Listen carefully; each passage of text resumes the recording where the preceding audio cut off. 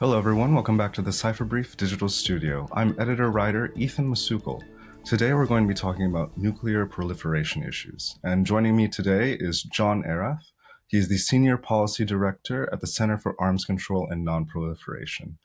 He has 30 years of government service, largely in arms control and non-proliferation, so he's a perfect expert to be talking to about this. John, thank you so much for joining us. Thank you for inviting me. So, John, just to start this off on a broad note, following 30 years following the Cold War, it seemed like we were trending in a good direction on this issue. But it seems that in recent years, proliferation has come up to be more of a concern. Both, nations who already have nuclear capabilities seeming more willing to leverage them, and more nations considering gaining their own nuclear capabilities. So, with your experience, how do you think we got here to this point? Well, as with most things, there's some good news and some bad news. The good news is that 80% of the nuclear weapons that ever existed have been eliminated. So that's a significant achievement for arms control and disarmament, and I don't want to lose sight of that. But as you say, in the past few years, we've seen the trend reverse a little bit. In 2022, for the first time since the end of the Cold War, the world ended the year with more nuclear weapons than it began. And this is largely due to the ongoing buildup in China, as well as some additional construction of nuclear weapons, probably in North Korea and possibly in India and Pakistan as well. So the trend is somewhat reversed. When I think about this, I put one of the key inflection points in 2014. That was the first time Russia invaded Ukraine and seized the Crimea and other pieces of Ukrainian territory. At that time, there was a great deal of noise about this, to the tune that we don't want to risk a nuclear war. We have to be very careful with Russia and not overreact. And I think the Chinese in particular paid a lot of attention to this and learned the lesson that with massive nuclear capabilities, you get a greater degree of freedom of action internationally. And as they contemplate military solutions to the issues they have with all of their neighbors, or most of their neighbors anyway, that freedom of action is something that they would want to have as an option. Right. So in a way, China, Russia, North Korea, I'll come to Iran in a bit as well, but it seems like the usual suspects when it comes to these conversations are, in the recent years, kind of encouraging each other, yeah? That's correct. And I don't want to leave out the other countries. The UK has below its maximum number of nuclear weapons and has announced plans to probably increase up to that ceiling that they had maintained in the past. There's been various discussion in the United States that we need to take nuclear weapons out of storage and re-upload them to missiles.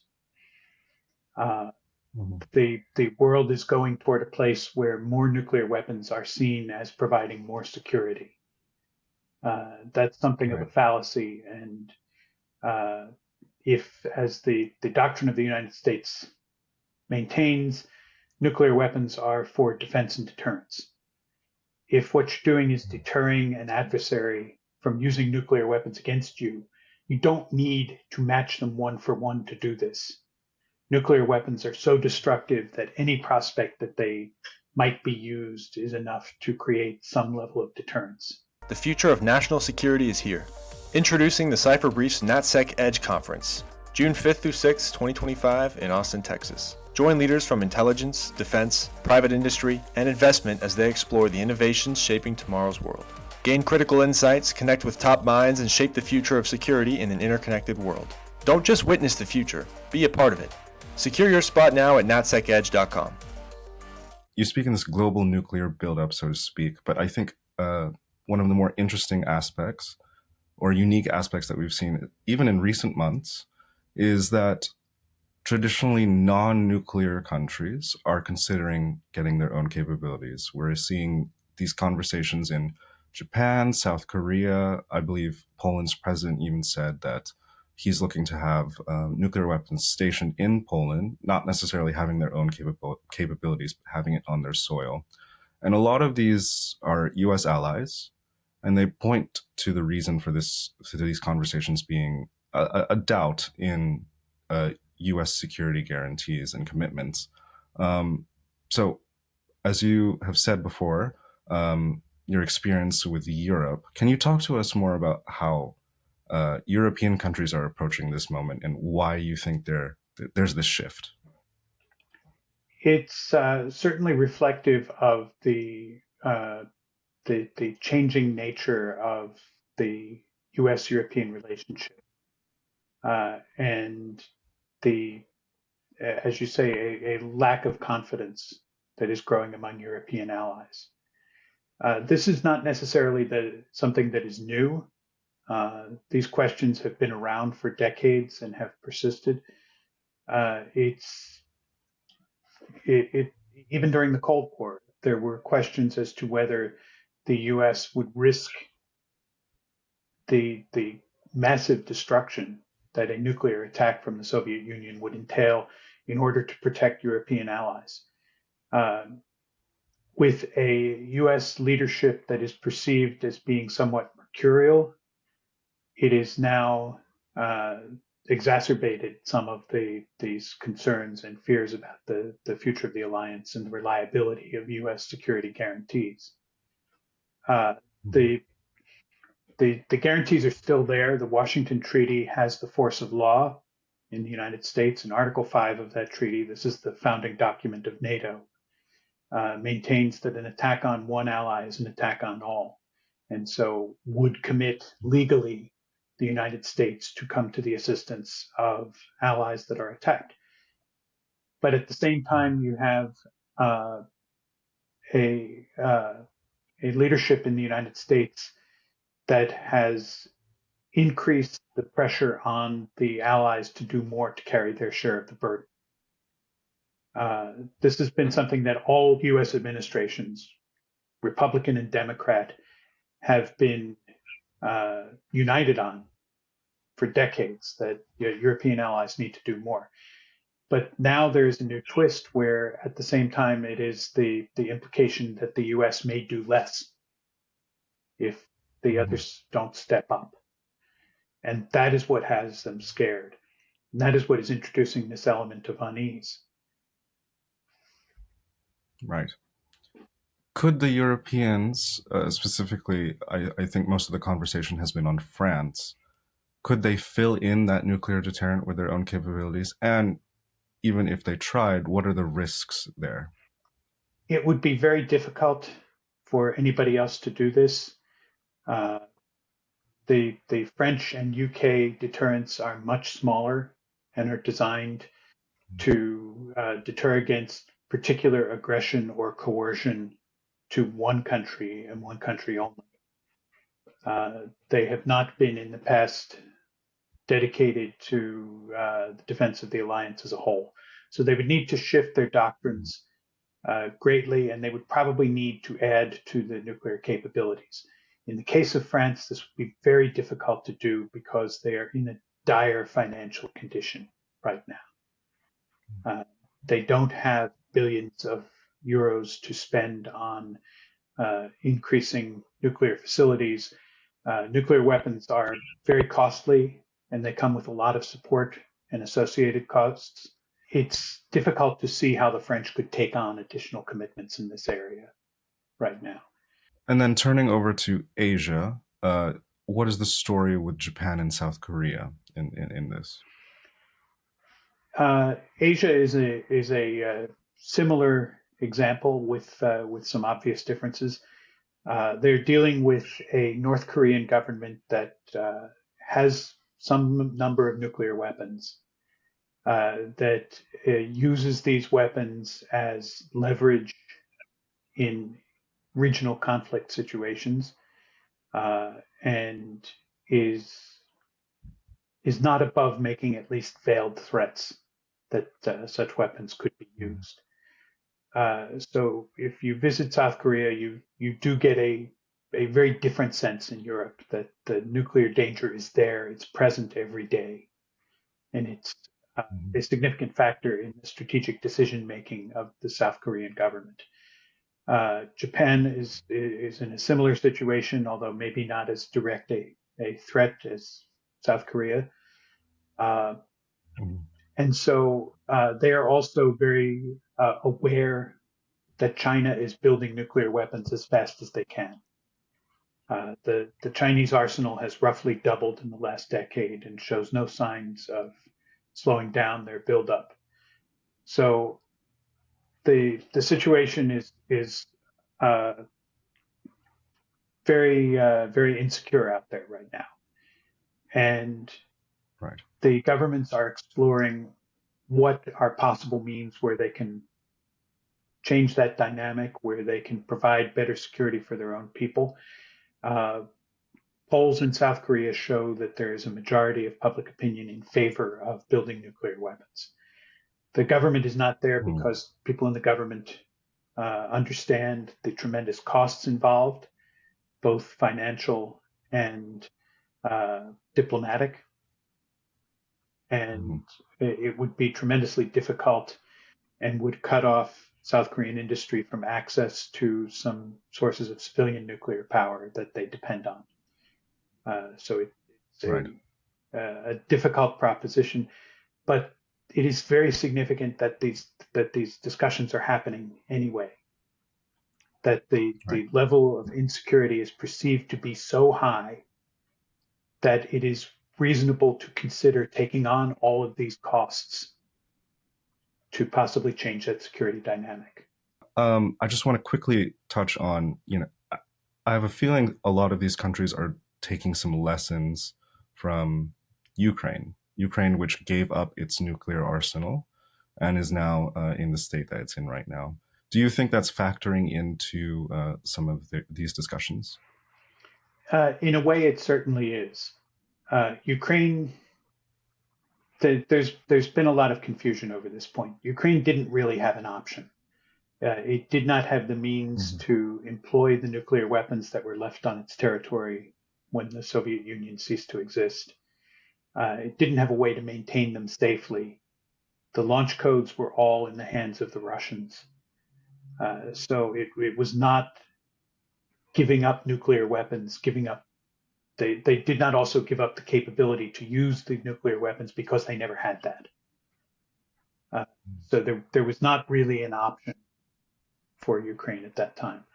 But that said, it's possible to make the case that if Ukraine did have nuclear weapons, that they would not have been invaded as they were.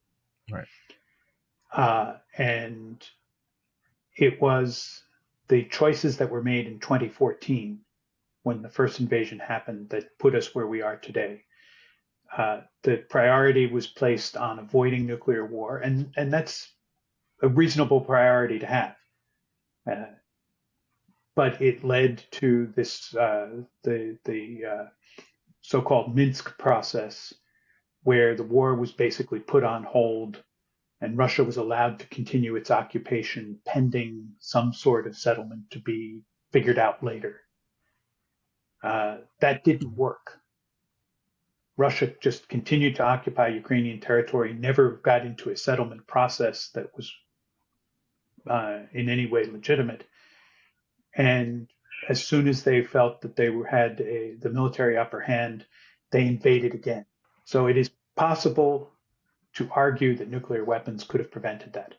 I think that it's a much more complicated question than that Ukraine would have had to make some very uncomfortable choices to develop a nuclear capability. But the significant thing is that Russia has been using its nuclear weapons very effectively during the current war. Not in an explosive way, thank God, but as means of diplomatic blackmail. The United States and NATO countries have constrained from the beginning the amount of security assistance they were willing to give to Ukraine, the types of equipment they were willing to provide, out of fear that it could lead to nuclear war. I think places like North Korea have taken note of this and understand that as tools of blackmail, nuclear weapons have proved extraordinarily effective. And that puts denuclearization of the Korean Peninsula that much farther out of reach. Right. Thank you for giving that context and understanding to how we should think about nuclear arsenals and capabilities when it comes to Ukraine. John, last question for you to close this out. How do we rein all of this in with this increase towards nuclear expansion globally? How do we rein this in? Is it encouraging that the U.S. and Iran are talking right now, for example? And should we encourage that elsewhere? It is very encouraging. I'm a professional diplomat. I spent many years doing diplomatic work, so I always think that talking is better than fighting. But it really is the key here that there's an old adage that if the only tool in your toolbox is a hammer, every problem looks like a nail. Well, if the only tool you have is military force and coercion, then that's the tool you're going to use. And that leads to all sorts of unfortunate consequences. We need to be using the other tools that are available. Economic incentives, diplomacy, better public information so that it is understood that using nuclear weapons is never an option, that the destruction that they would cause is too great to risk. So there's not a military use in having such weapons or in having more such weapons. And to be very clear about what we mean by deterrence. We do not mean we should not mean an arms race where if China builds a nuclear missile, the US has to build one or two. That we understand that it takes a relatively small number of these weapons to deter any possible nuclear-backed aggression against us. And with that clearly in mind, we should then look at how do we create conditions, as we did after the Cold War, that are favorable to the further reduction of the overall number of nuclear weapons in the world. It's important to remember the world is always safer with fewer nuclear weapons, not more. Yes, we probably need to maintain some as a deterrent against the use or threat of use of such weapons. But that does not mean that we need to go into a ruinously expensive arms race in response to other people doing the same. So that's really the one takeaway that I want to get from this, that it's a decision point for the governments of nuclear weapon states. It's not just the US, but China, Russia, UK, India, Pakistan. There's a conscious decision being made that will lead us to an arms race that would be very destructive, even if no weapons are used, in terms of the resources wasted on building more. And so leaders should know what they are getting into if they're making these decisions. Well, John, thank you so much for sharing your insights and your expertise. I hope the governments around the world heed your words. Thank you so much, John. You're very welcome.